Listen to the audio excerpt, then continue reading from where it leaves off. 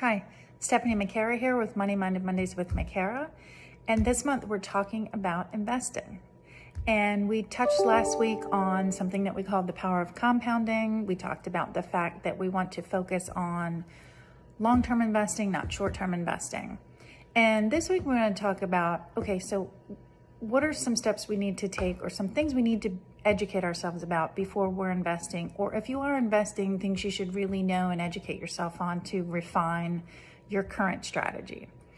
And so one of the things we talk about, again, is the long-term investing. Why do we talk about long-term investing? It's because of a thing called compounding returns.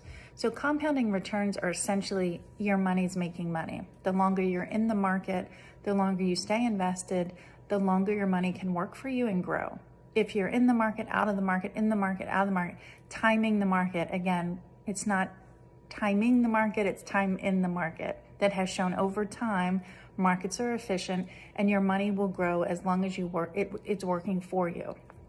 Now, how do you get your money to work for you? And that's all about something I mentioned last week but didn't define, which is diversification. So diversification is the opposite of owning one stock, right? A lot of people tend to work for a company and they really believe in the company, they love it, and all of their 401k is invested in that one company. We had a scary thing several years ago called Enron, where not only did the company lose, everyone who had their retirement invested in Enron lost their retirement. So we don't want that to happen. And the way to avoid that is to diversify, hold multiple types of companies across different types of asset classes, different countries, different size and shapes. That way they work almost inverse to each other sometimes. Sometimes the one market's up, sometimes another market's down, and vice versa. So you're constantly capturing that upside.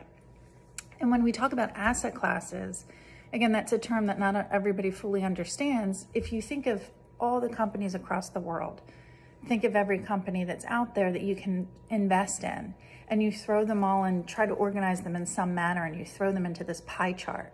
So it's a pie chart with different slices, different colors.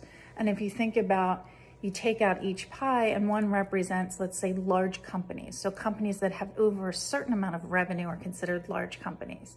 Then there's small companies, companies who have less than a certain amount of revenue are considered smaller. Then you have companies that are focused on growth. Then you have companies that are focused on really what we would consider a value company, or sort of buying it on sale and it has the potential to grow significantly. And then you have companies that are international. They're based in international markets. Some companies are based in emerging markets like China or other places like that. And then the question is, well, how do I invest appropriately? And then how much do I invest? We're talking about stocks. How much do I then invest in bonds? And that has everything to do with your risk profile, your appetite for risk, but also what it is your goals are, what you're trying to get to. So next week, we're going to talk about the planning process and how the planning process informs the way that you invest. I'll see you then.